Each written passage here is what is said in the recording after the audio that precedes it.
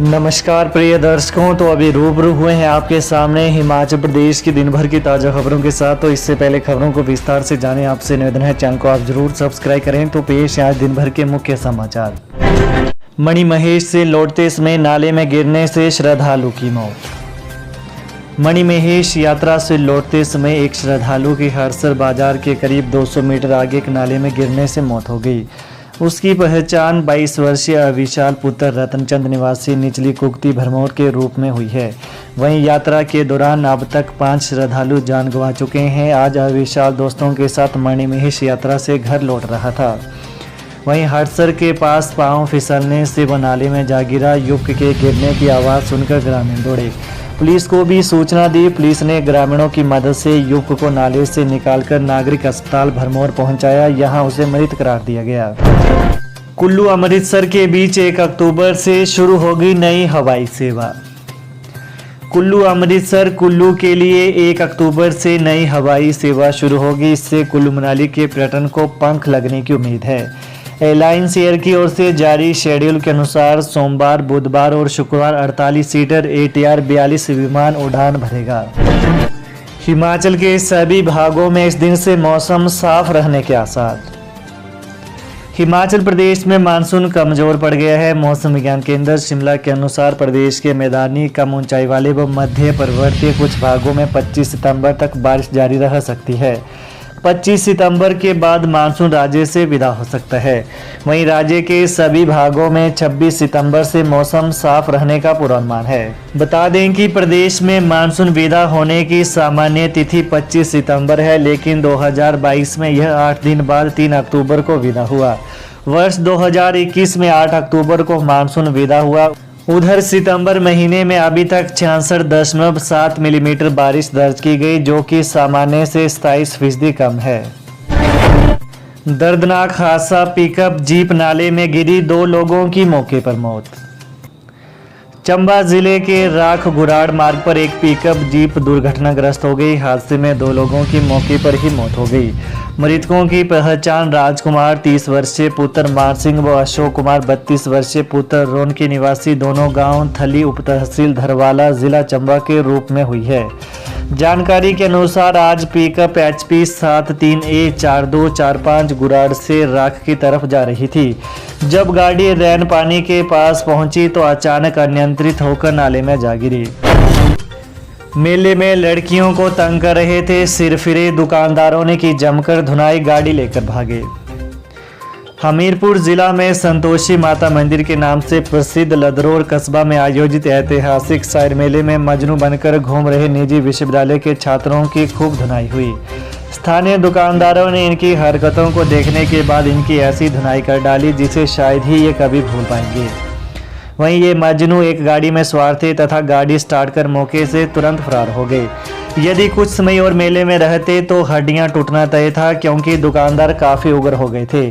कुछ समय के लिए मेले में माहौल काफ़ी तनावपूर्ण हो गया था। हर कोई इन मजनुओं की धुनाई करने के लिए आतुर था। नशे में धुत इन मजनुओं की धुनाई का वीडियो CCTV में कैद हो गया है। लोक निर्माण और अन्य विभागों में भुगतान रोकने का आरोप लगाकर विपक्ष का सदन में हंगामा। हिमाचल प्रदेश विधानसभा के मानसून सत्र के चौथे दिन आज सदन में प्रश्नकाल के दौरान लोक निर्माण और अन्य विभागों में भुगतान रोकने का आरोप लगाकर विपक्ष ने सदन में जमकर हंगामा किया। इसके बाद नारेबाजी करते हुए भाजपा विधायक सदन से बाहर चले गए। वहीं सदन के बाहर पत्रकारों से बातचीत में नेता प्रतिपक्ष जयराम ठाकुर ने कहा कि विधायक रणधीर शर्मा ने प्रश्न पूछा था कि क्या विभिन्न विभागों के बजट में कटौती की गई है।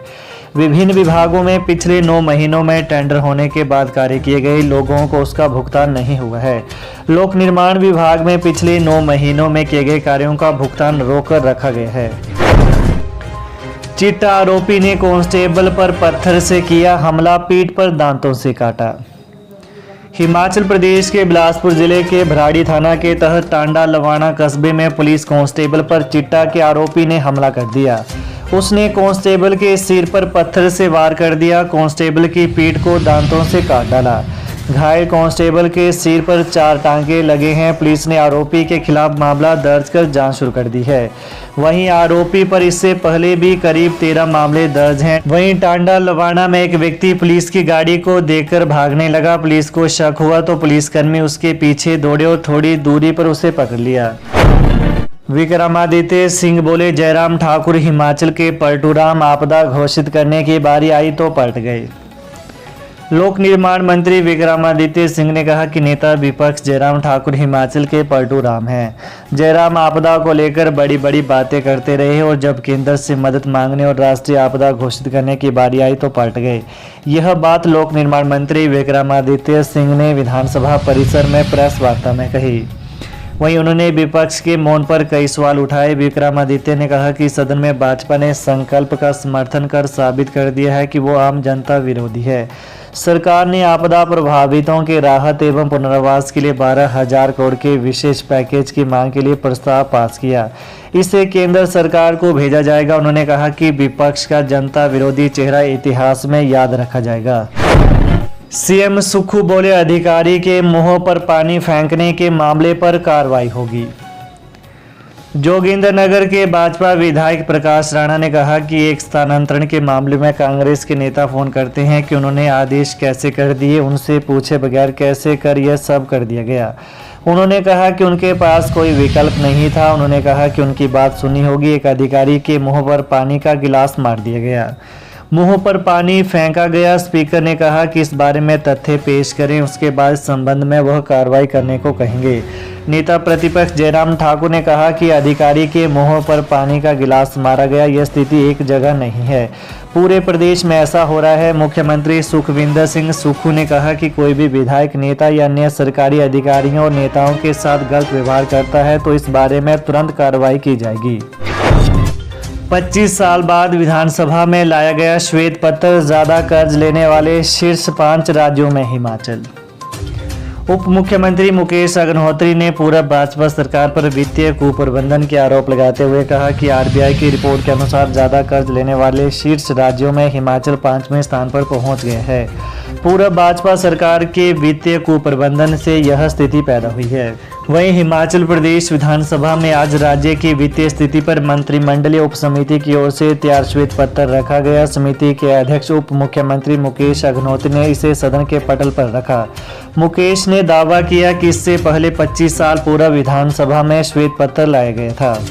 बता दें कि भोजनावकाश से पहले और बाद में श्वेत पत्र को लेकर सत्ता पक्ष और विपक्ष के बीच तीखी नोकझोंक हुई। विपक्ष नारेबाजी करते हुए वेल में आ गया और जोरदार नारेबाजी की। मुकेश ने कहा कि पूर्व सरकार पूरी तरह कर्ज पर निर्भर रही, आय बढ़ाने का कोई प्रयास नहीं किया। मौजूदा सरकार को 92,774 करोड़ की देनदारियां विरासत में मिली हैं। अकेले साल 2022-23 में कर्ज की देनदारियां 76,630 करोड़ पहुंच गई। मुकेश ने कहा कि भाजपा सरकार ने चुनावी साल में 16,261 करोड़ उधार जुटाया। चुनाव जीतने के लिए महंगाई भत्ते सहित अन्य ऐलान किए पर पूरे नहीं किए। 5 साल में कर्ज में 12% की बढ़ोतरी हुई है। तो ये हैं दिन भर की प्रमुख खबरें। तो प्रदेश की ताज़ा खबरों को पाने के लिए कृपया चैनल को जरूर सब्सक्राइब करें। धन्यवाद। जय हिंद, जय हिमाचल। जिसे होगा ज्ञान वही करेगा समाधान। हम कहते नहीं करके दिखाते हैं। हमसे पहले काम करने वाले को मुंह मांगा इनाम। दुआ तवीजों द्वारा किया कराया। घर में खून के छींटे आना चंद मिनटों में खत्म। गृह क्लेश, काम कारोबार में बंदिश, मनचाही शादी में रुकावट, सौतन दुश्मन से छुटकारा, संतान का ना होना या होकर मर जाना, प्यार में धोखा खाए प्रेमी प्रेमिका, एक बार फोन अवश्य करें।